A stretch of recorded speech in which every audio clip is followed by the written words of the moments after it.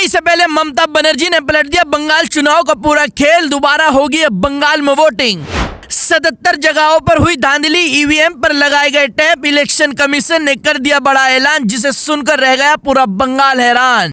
जी हां, बुधवार को हुए अंतिम चरण के मतदान के बाद पश्चिम बंगाल की राजनीति में बड़ा भूचाल आ गया है। ममता बनर्जी ने एक ऐसा दांव चलाया जिसे देखकर बीजेपी के खेमे में हलचल मच गई है। दरअसल बंगाल में ममता बनर्जी को हटाने के लिए बीजेपी के सारे बड़े नेता मैदान में उतर चुके हैं, लेकिन ममता बनर्जी अकेले ही पूरी ताकत के साथ मुकाबला कर रही है। वोटिंग के दौरान 77 जगहों से गंभीर शिकायतें सामने आई है, जहाँ वीडियो और फोटो में साफ देखा गया है कि ईवीएम मशीन पर टैप चिपकाया गया था।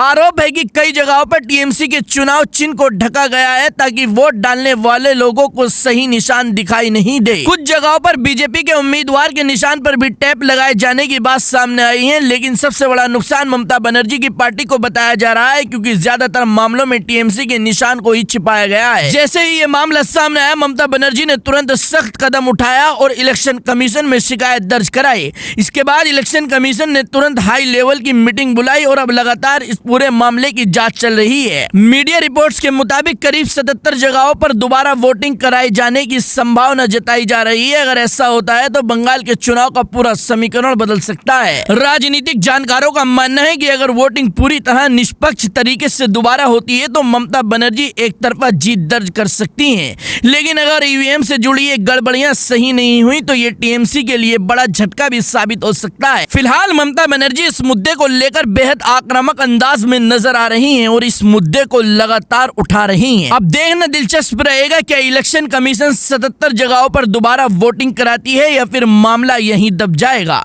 अगर दोबारा वोटिंग होती है तो किसका फायदा होगा, टीएमसी या बीजेपी, ये आप कमेंट करके जरूर बताइएगा।